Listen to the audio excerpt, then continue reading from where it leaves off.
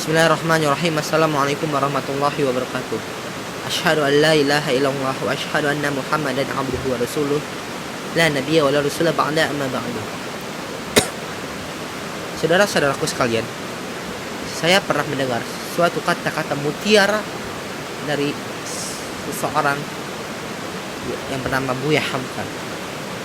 Dia berkata, jikalau seandainya manusia bekerja hanya untuk bekerja, maka kerbau pun yang di sawah juga bekerja.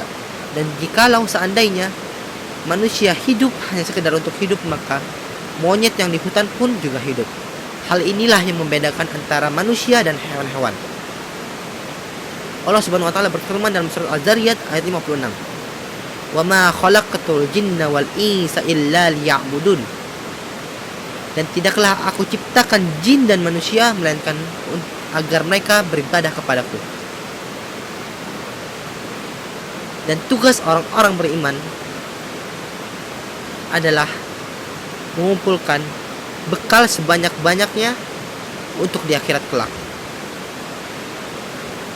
dengan cara beribadah dan takwa, karena sebaik-baiknya bekal adalah takwa. Namun, apakah kita hanya perlu beribadah saja di dunia ini? Tidak, hal itu sudah keliru.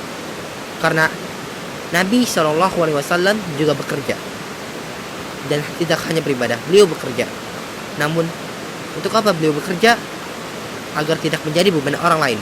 Bayangkan, jikalau seorang muslim beribadah, hanya beribadah di dalam masjid, lalu makanya gimana? Kalau cuman makanannya diantarin sama orang lain, itu namanya ngerepotin orang lain. Nggak boleh. Jadi, bekerjalah agar tidak menjadi beban orang lain. Hampir seluruh nabi itu bekerja. Ada yang menjadi tukang kayu, ada yang menjadi petani, ada yang menjadi pengembala.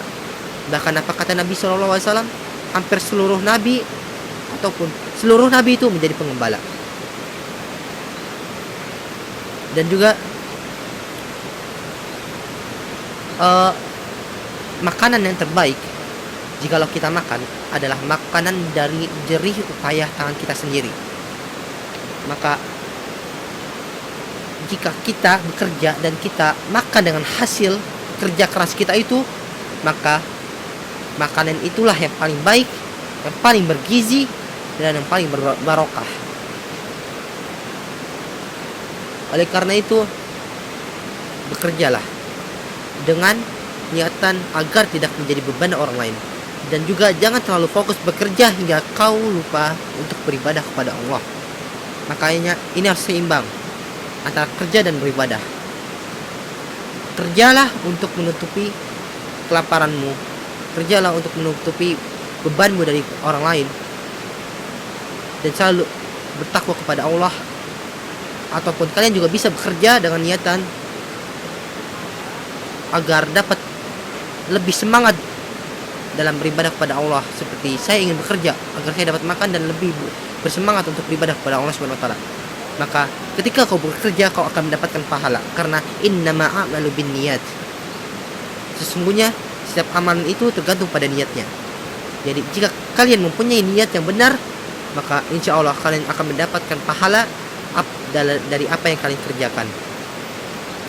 Oleh karena itu, setiap muslim ataupun setiap manusia di dunia ini itu hanya numpang lewat di dunia. Itu hanya numpang, karena kehidupan yang sesungguhnya itu adalah di akhirat. Namun, walaupun kita hanya numpang, kita juga harus bekerja dan beribadah. Beribadah, tetapi harus diiringi dengan pekerjaan agar kita dapat melakukan peribadahan yang lebih fokus, agar tidak membebani orang lain, seperti meminta mereka agar mengantarkan kita makanan. Tidak, juga boleh. Ataupun kita ingin menjadi pengemis dengan niatan agar lebih fokus beribadah kepada Allah, maka itu juga tidak boleh. Karena Nabi